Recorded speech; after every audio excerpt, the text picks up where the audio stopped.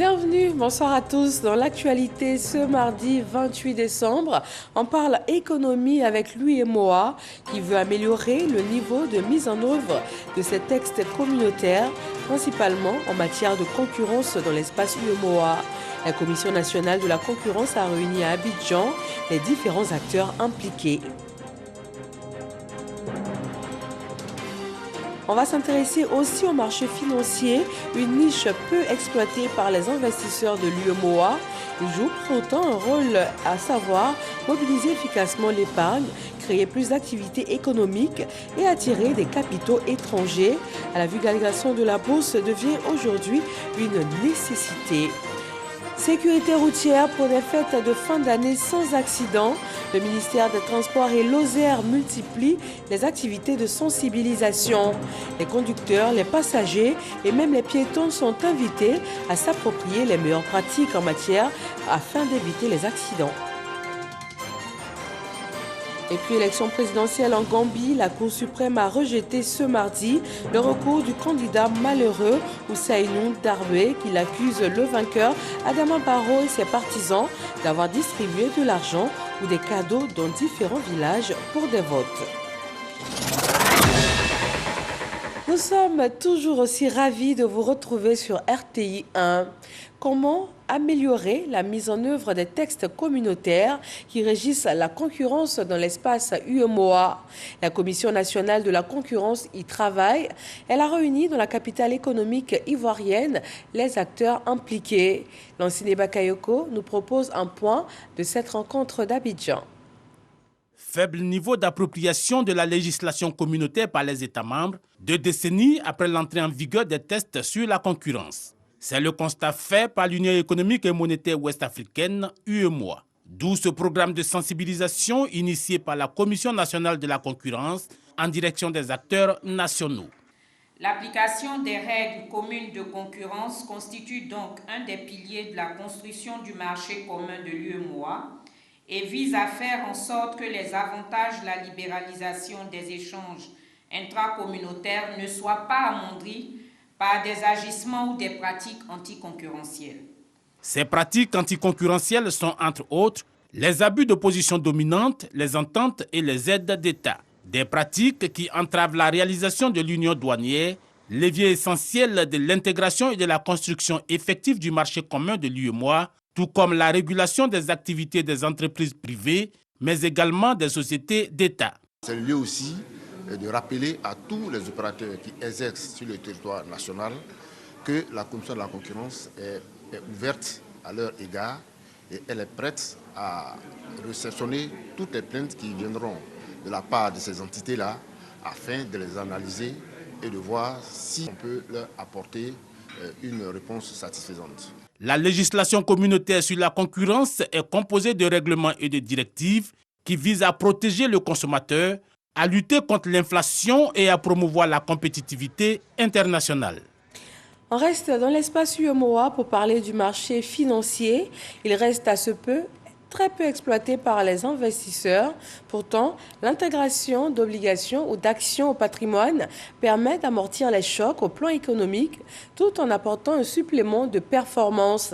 Il s'agit aussi de mobiliser efficacement l'épargne, créer plus d'activités économiques et donc des emplois et attirer des capitaux étrangers. Le dossier EcoPlus réalisé par Lansine Bakayoko.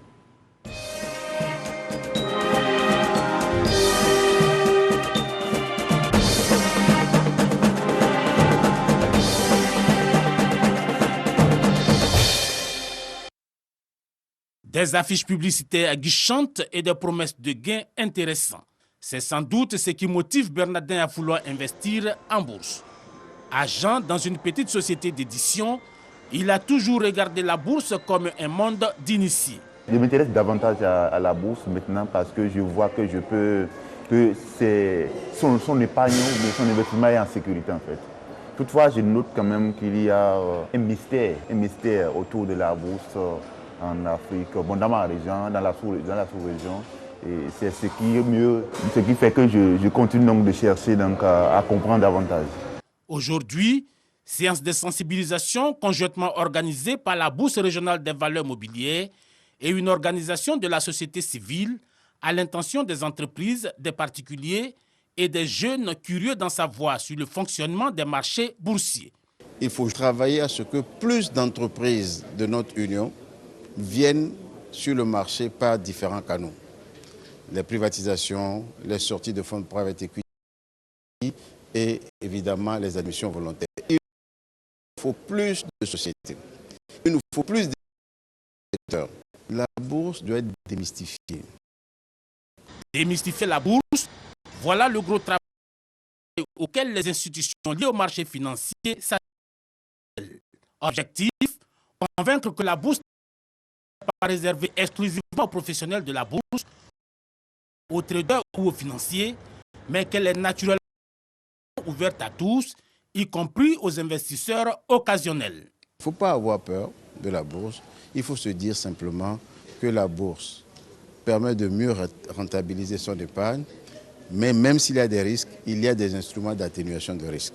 Selon une étude commanditée par l'autorité en charge des marchés financiers dédiés à l'épargne et à l'investissement, 90% des usagers pensent que les placements en actions sont l'affaire des gens qui s'y connaissent et 95% estiment qu'ils sont trop risqués. C'est pourquoi il faut mettre en place le dispositif juridique et institutionnel qui passe par aussi, pourquoi pas, des sanctions juridiques, pénales, etc. vis-à-vis de ces contrevenants. L'économie numérique est comme une sorte d'autoroute qu'il faut créer pour permettre à ce que l'accès à l'autoroute soit libéré et libéralisé. Cotonou, capitale du Bénin. Tous les décideurs de la Bourse régionale des valeurs mobilières sont en réunion. À l'ordre du jour, le bilan d'un quart de siècle d'existence, mais aussi chercher les stratégies qui mettent la bourse au cœur du financement des économies. La bourse a cet avantage d'être transparente. Il s'agit de mettre en relation un émetteur qui a besoin de financement avec des investisseurs qui sont en capacité de financer. C'est un outil de financement à long terme. Cette journée, occasion de venir échanger sur les rouages de la bourse avec des experts des marchés financiers et de quelques dirigeants d'entreprises cotées. Dans cette campagne de sensibilisation, les sociétés de gestion et d'intermédiation sont en première ligne. Le tout autour d'un programme pédagogique adapté à tous les profils. On a déjà commencé à donner la culture boursière au niveau des universités. On va les voir, on leur pose, on leur parle de la bourse, on travaille ensemble, ils ont créé des clubs d'investissement. Aujourd'hui, ils sont heureux de savoir qu'avec la digitalisation, ils peuvent, à travers leur club, aller directement faire des investissements sur le marché. L'autre défi, intégrer le facteur risque. Quand on investit en bourse, il faut pouvoir avoir du temps pour suivre, parce qu'on a le bulletin officiel de la cote, pour suivre un peu l'actualité financière. Par contre, c'est ce qu'il faudrait faire, s'intéresser soi-même. C'est vrai qu'on peut déléguer la gestion à une SGI, mais ce serait bien que chacun puisse également avoir un minimum d'éducation financière et puisse également regarder et suivre au jour le jour son compte titre. Signe de cette volonté des acteurs, la mise en puissance d'un troisième segment pour les petites et moyennes entreprises. Mais il en faut davantage pour donner plus de rôle aux PME encore mal structurées. Pour rentrer en bourse, il y a des exigences. Et justement, c'est les exigences de solvabilité, de bonne gestion et d'entreprises qui ont des capitaux importants et qui aussi peuvent justement attirer par leurs résultats les investisseurs potentiels. Si la bourse régionale des valeurs mobilières réussit à s'installer dans les habitudes des populations, ce sera une niche importante pour le financement des économies de la sous-région. Et on change de tableau pour parler de fêtes de fin d'année sans accident et sans décès sur nos routes. Le ministère des Transports et l'Office de sécurité routière OSER sensibilisent. Les conducteurs, les passagers et même les piétons sont invités à s'approprier les meilleures pratiques afin d'éviter d'être auteurs ou victimes d'accidents de la circulation. Théodore Zouzou et Aboussa Nogo. Est-ce que quand vous êtes sorti, vous avez vérifié la pneumatique, l'huile? Voilà. Donc, je suis en train de vous dire qu'il faut un minimum d'entretien sur le véhicule. Soyons prudents sur la route. La sécurité routière, c'est l'affaire de tous. thème de la campagne nationale de sensibilisation à la sécurité routière. L'objectif est d'amener les conducteurs et autres usagers de la route à adopter les comportements pouvant éviter les accidents de la circulation en cette période de fête. Une initiative du ministère des Transports en collaboration avec l'Office de sécurité routière, OSER. La route nous permet de faire rapidement nos activités, mais la route aussi tue. Malheureusement, la route tue beaucoup. Et c'est pour appeler les uns et les autres à être responsables. C'est de dire aux chauffeurs de faire la prudence sur les routes, aux piétons de faire très attention en traversant les routes. Sensibilisation sur la vitesse, le code de la route, l'alcool au volant ainsi que le téléphone, la ceinture de sécurité, l'entretien technique du véhicule au Carrefour La Vie et aux 220 logements à Adjamé. Ce qui est cette direction-là, souvent il y a des dégâts mortels sur la route, nous ça ne nous arrange pas. Ça gâche nous tous non. C'est une bonne initiative puisque à l'approche des fêtes, il y a des gens qui conduisent à l'état d'ivresse, ce qui n'est pas conseillé. Il y a des gens aussi qui se comportent très mal à la direction, qui s'amusent à être portables. Je pense que cette campagne est la bienvenue. Cette campagne de sensibilisation se fait parallèlement à celle de la police spéciale de la sécurité routière qui contrôle le taux d'alcool dans le sang du conducteur ainsi que le port de la ceinture de sécurité. Autant d'actions pour réduire le taux d'accidents sur les routes et le nombre de tués. Et nous sommes tous invités à la prudence, surtout en ces périodes de fête. Le ministère du Tourisme et des Loisirs classe les établissements de tourisme en Côte d'Ivoire. Il est question de perfectionner l'activité du secteur à travers notamment l'usage d'outils aux normes internationales. Les premières plaques ont été posées. Patricia Omoitia. Et de 3 pour ces 2 établissements hôteliers situés dans la commune de Cocody et 3 fourchettes pour ce restaurant. À travers ces panonceaux, ces structures sont désormais classées et référenciées aux normes internationales. Ce acte majeur pour le tourisme ivoirien est l'aboutissement d'un processus qui prend sa source légale dans le Code du tourisme et s'inscrit dans le projet Sublime Côte d'Ivoire. On met l'accent sur l'hygiène et il faut dire qu'avant ce classement, les services du ministère sont passés chez nous. On a travaillé durant toutes ces années pour arriver à avoir un bon niveau, un très bon niveau je pense, pour un hôtel local. Parce que les chaînes d'hôtels sont différentes, mais on est au même niveau qu'une chaîne internationale. L'attribution d'étoiles se fait sur la base de l'appréciation des 3 grands critères suivants. Qualité de confort des équipements, qualité des services proposés dans les établissements, bonne pratique en matière de respect de l'environnement et de l'accueil de la clientèle en situation de handicap. Tous ceux qui seront en dessous de 286 points seront des hôtels qui seront immatriculés et non classés. Et je crois que quand vous êtes classé, cela vous donne encore plus de poids et plus de coffres au niveau international. Pour le coup d'envoi de l'opération, le ministre Siandou Fofana a posé symboliquement ces 3 panonceaux. L'objectif est de positionner le pays comme l'une des meilleures destinations touristiques africaines. Tous les établissements se doivent de respecter la qualité et n'oublions pas que pour connaître la qualité, il faut aussi avoir un bon capital humain. Et nous espérons pouvoir accompagner le capital humain pour pouvoir mettre en marche cette stratégie de normalisation et de renouvellement de la qualité de nos établissements. La Côte d'Ivoire, qui aspire à être une nation touristique, se doit d'abord de fidéliser ceux qui nous font l'amitié de nous visiter, mais ensuite aller rechercher d'autres. Cette opération de normalisation et de classement des établissements touristiques de Côte d'Ivoire ne concerne pour le moment que la ville d'Abidjan. L'opération va s'étendre sur l'ensemble du territoire national dans les mois à venir. 1467 personnels des forces armées de Côte d'Ivoire ont vu leur mérite reconnu. Grâce à leur dévouement et à leur exemplarité, ils ont été élevés dans l'ordre national, dans l'ordre du mérite ivoirien. Ils ont reçu la médaille des forces armées à Boussanogo. Place d'armes générales de corps d'armée, Ouattara Paul Thomas Dakin de l'état-major général des armées. Cérémonie de reconnaissance publique de la haute hiérarchie militaire à ces hommes et femmes. 1467 personnels des forces armées de Côte d'Ivoire et les personnels civils de la défense de la première région militaire se sont distingués par leur dévouement ou leur exemplarité et par leur manière de servir. ce qui leur vaut d'être décorés. Ainsi, 26 ont été élevés au rang d'officier dans l'ordre national, 426 dans l'ordre du mérite ivoirien et 1028 se sont vus décerner la médaille des forces armées de Côte d'Ivoire. Reconnaissance publique de l'exemplarité de ces hommes et des femmes qui ont choisi de servir sous le drapeau ou aux côtés des militaires. Cette cérémonie de récompense est d'une part un couronnement de carrière pour tous ceux qui sont en partance pour la retraite, un couronnement de plusieurs décennies au sein d'une institution à laquelle des vies professionnelles et des vies tout simplement ont été consacrées. Des décennies de compétences partagées avec amour, loyauté et intégrité au nom de la solidarité et de la fraternité d'armes, tant dans les moments d'exercice de nos activités quotidiennes que dans les moments de turbulence. Le chef d'état-major général des armées, le général de corps d'armée Lassina Doumbia, a exprimé sa satisfaction aux récipiendaires.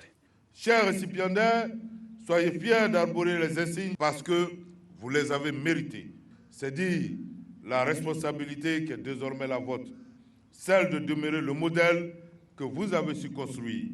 Cela passe par toujours plus d'efforts, plus de courage et encore plus de discipline. C'est un cap que vous avez atteint. Votre responsabilité est de le garder tout au long de votre service actif et même bien au-delà. Car quand on devient un modèle, on le reste. Cette cérémonie concerne 2335 militaires et personnels civils de la défense, méritants, issus de toutes les armées, armes et services répartis dans toutes les garnisons du pays. Dans l'actualité sanitaire, voyons maintenant le point chiffré de la maladie à coronavirus, aujourd'hui 28 décembre en Côte d'Ivoire.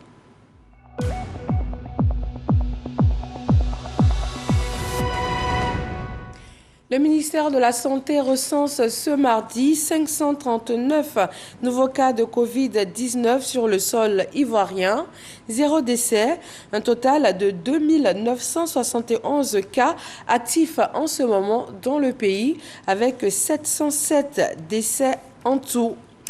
Les chiffres sont à la hausse partout. À Angoulême, dans le sud-ouest de la France, la Covid-19 s'invite au calendrier du Festival international de la bande dessinée. Prévu du 27 au 30 janvier 2022, la 49e édition est reportée. Du fait des nouvelles restrictions dues à la pandémie, le gouvernement limite pour les événements sportifs et culturels à 2000 personnes au maximum dans les enceintes intérieures et à 5000 personnes maximum pour les structures extérieures. On parle santé mentale et direction Le Gbeke. Médecins sans frontières est en campagne pour l'accélération de la guérison des malades mentaux et épileptiques. L'ONG sort d'une séance d'information à l'intention des populations de Botro, un département qui totalise plus de 300 sur les 600 malades mentaux et épileptiques détectés et suivis à ce jour dans la région. Léon Brou. Du monde au service de consultation de l'hôpital de Botro, chacun attendant son tour pour être pris en charge. L'exercice dure 7 mois dans le cadre du projet santé mentale et épilepsie de l'ONG Médecins sans frontières et déjà tout se passe pour guérir des maladies mentales et assimilées, notamment l'épilepsie. Ça mélange dans mon mémoire et puis je ne vois rien, ça me fait tomber. Ça fait 3 ans même, mais quand on a commencé à faire les médicaments là, il ne me fait plus encore. Nous avons commencé le projet, ça fait déjà 7 mois. Et par mois, les nouveaux cas, nous pouvons avoir au moins 50 patients. Les cas graves sont évacués vraiment à Boaké. 300 épileptiques et autres malades mentaux pour le seul département de Botro sur les 600 dépistés et pris en charge par Médecins sans frontières dans le Gbeke. Une prévalence liée au passé traumatologique de la région. 3 pathologies dominantes étaient à la base de cette maladie mentale épilepsie, à savoir la psychose, la dépression et l'épilepsie. La situation sociopolitique qui a prévalu dans la zone, dans toute la Côte d'Ivoire, les cas d'épilepsie généralement sont dus surtout à un retard de prise en charge des enfants qui prenaient des cas de paludisme ou bien de méningite. Possible de guérir des maladies mentales et de l'épilepsie, Médecins sans frontières annonce donc le renforcement de ses capacités et conseille l'arrêt des stigmatisations et rejets des malades, expliquant que l'action communautaire favorise la guérison. La santé mentale et l'épilepsie n'est pas seulement médicale. Il y a vraiment une portée sociale pour dire que la maladie mentale et l'épilepsie n'est pas un tabou comme on le pense. C'est une maladie comme toute autre. On peut traiter, on est en train de se battre pour que ça soit reconnu comme le palud. Le projet santé mentale de Médecins sans frontières consiste à dépister et à prendre en charge jusqu'à la guérison des malades mentaux et épileptiques. L'ONG va l'étendre dès 2022 à l'insertion sociale et économique des personnes guéries de ces pathologies. Dans le domaine des médias, l'Union nationale des journalistes de Côte d'Ivoire fait le bilan du week-end des Ebonies. Il s'agit surtout de mettre un accent particulier sur les super Ebonies et nominés qui n'ont pas encore reçu leur prix. Ce bilan nous est proposé ici par Evelyne Yeboué et Isaïo. Après le week-end de la 23e édition des Ebonies à Yamoussoukro, l'heure est au bilan. Le président de l'UNJCI, Union nationale des journalistes de Côte d'Ivoire, Jean-Claude Koulibaly, était face à la presse. Le week-end des Ebonies s'est déroulé dans un esprit de grande convivialité et de confraternité. Ces 3 jours de retraite, de récréation, nous ont permis de resserrer nos rangs.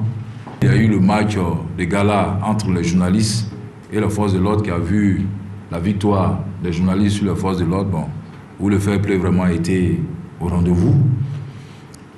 La soirée, bien entendu, la nuit de la communication, la nuit de l'excellence, a été le clou de cette journée. Une occasion pour le responsable de l'UNJCI de revenir sur la promesse au précédent Super Ebony. Ils ont reçu une part de leurs dons, l'autre partie de dons se fait avec véritablement les partenaires, parce que nous travaillons avec des partenaires. Le calendrier des partenaires n'est pas le calendrier des membres de l'Union. Cette édition a marqué le 30e anniversaire de l'UNJCI.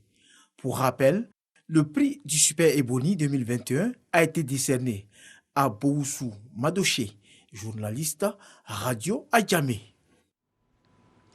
À Lakota, le 4e et dernier conseil municipal de l'année a adopté un budget primitif. Il se chiffre à 368 millions de francs CFA au titre de l'année 2022. Le conseil municipal, dirigé par Sami Méry, entend réaliser de nombreux projets au profit donc des populations de Lakota. Mahama Traoré. 6 points étaient à l'ordre du jour de ce 4e et dernier conseil municipal de l'année 2021, parmi lesquels l'examen du cadre organique des emplois de la commune de Lakota et l'examen du budget primitif pour l'exercice 2022. Adopté par les membres du conseil, il s'élève à hauteur de 368 millions de francs CFA. Avec une telle dotation, l'équipe municipale dirigée par Sami Méry se dit en mesure de réaliser beaucoup plus d'actions qu'en 2021. L'année 2021, nous avons construit donc des marchés, 3 marchés, nous avons construit donc des centres de santé, nous avons pu réhabiliter donc des écoles et remercier aussi donc le président de la République parce que nous avons eu une dotation qui a permis de revoir notre budget donc à la hausse. Éducation, santé, électrification, voirie, commerce, autant de secteurs qui vont concentrer l'ensemble des interventions de la mairie de Lakota en 2022. Entre autres projets à réaliser, la construction du centre commercial de Lakota, l'achat de 1500 tables bancs pour les écoles primaires publiques de la ville,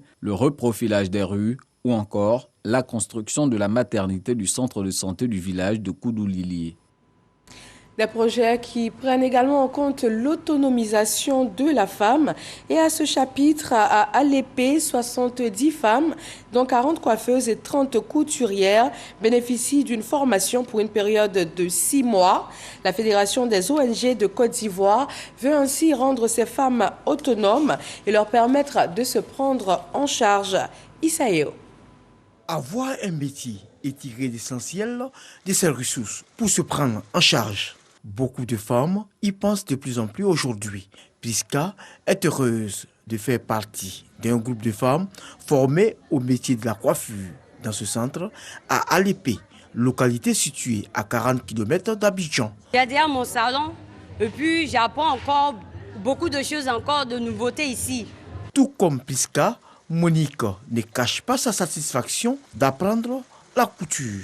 Je suis heureuse de pouvoir apprendre quand même à faire la couture et de faire de ça mon métier, mon gagne-pain. Grâce à un projet de la FEDOCI, Fédération des organisations non gouvernementales de Côte d'Ivoire, et du soutien de la municipalité d'Alépé, 70 femmes bénéficient, et ce, pendant 6 mois, d'une formation dans les domaines de la coiffure et de la couture. Objectif, assurer leur autonomisation économique. Le leadership de la femme commence par son autonomisation économique. Alors nous avons recruté des spécialistes en formation en coiffure et en couture. L'objectif, c'est de les former et de leur donner des kits d'installation. Chaque femme aura un kit d'installation dans très peu de temps. La femme, lorsqu'elle apprend le métier, d'abord elle devient soutien pour sa famille auprès de son mari. Et aussi elle devient soutien pour la famille en général, y compris les enfants et la grande famille. Le représentant du préfet du département d'Alépé salue l'initiative et encourage les apprenantes à être assidues à la formation. Vous avez aujourd'hui un outil. L'État, à travers l'artisanat, le ministère, à travers les représentants de notre ONG, viennent de faire de vous des femmes autonomes. Vous n'avez plus besoin de tendre la main aux hommes forcément. Vous devenez complémentaires. Kone Satiki envisage de multiplier ce genre de formation à travers tout le pays afin de rendre économiquement autonomes les femmes. 7e semaine nationale des arts et de la culture à Yamoussoukro, 32 régions culturelles mobilisées pour faire montre de leur savoir-faire et surtout mettre en exergue la culture made in Côte d'Ivoire. Kader Sogodogo. La 7e édition de la Semaine nationale des arts et de la culture, c'est fini. Ils sont venus des 32 régions culturelles que compte la Côte d'Ivoire. Des sonorités variées. Chaque région était là avec sa spécificité culturelle. Ces acteurs culturels auront su mettre sur scène cet autre pan de la richesse ivoirienne. Tam-tam, balafon, grelot, etc. ont su rythmer les pas des danses. Des exposants également présents avec leurs œuvres d'art. Tout y était. J'admire que le ministère de la Culture a voulu associer les jeunes créateurs que nous sommes, pouvoir montrer ce que nous faisons. Nous faisons des combinaisons, des tailleurs avec des touches africaines, des robes de soirée avec des touches africaines. Tout ça pour montrer que l'Afrique, oui, l'Afrique doit être valorisée. Cette 7e édition de la Semaine nationale des arts et de la culture qui s'achève marque un départ nouveau pour la culture ivoirienne dans toute sa dimension. Elle veut être créatrice de richesses économiques pour ses acteurs. Chacun de nous doit entrer en eau profonde pour en extraire le trésor le plus précieux et le grandir, pour que la culture fasse écho à la paix de Nana Oufo-Boigny et que cette valeur soit celle qui dorénavant nous devons porter afin de donner à la Côte d'Ivoire un départ de richesse culturelle, un départ de prospérité économique, un départ de richesse habitée par les hommes. Sur scène, à la place Jean-Paul II de Yamoussoukro, Ismaël Isaac. Ce sont les artistes chanteurs qui ont constitué la dernière articulation de la 7e édition de la Semaine nationale des arts et de la culture. Rendez-vous en 2022 pour la 8e édition. Un autre rendez-vous bien rythmé, cette fois à Grand Bassam, qui a vécu au rythme du football à l'occasion d'un tournoi dédié à la paix. Remportant le trophée du vainqueur portant le nom du chef de l'État Alassane Ouattara, 16 équipes ont participé à cette compétition. Elle était destinée, je vous le disais, à renforcer la paix et la cohésion sociale à Grand Bassam. Konaté Ngamblé et Jean-Sylvain Esso.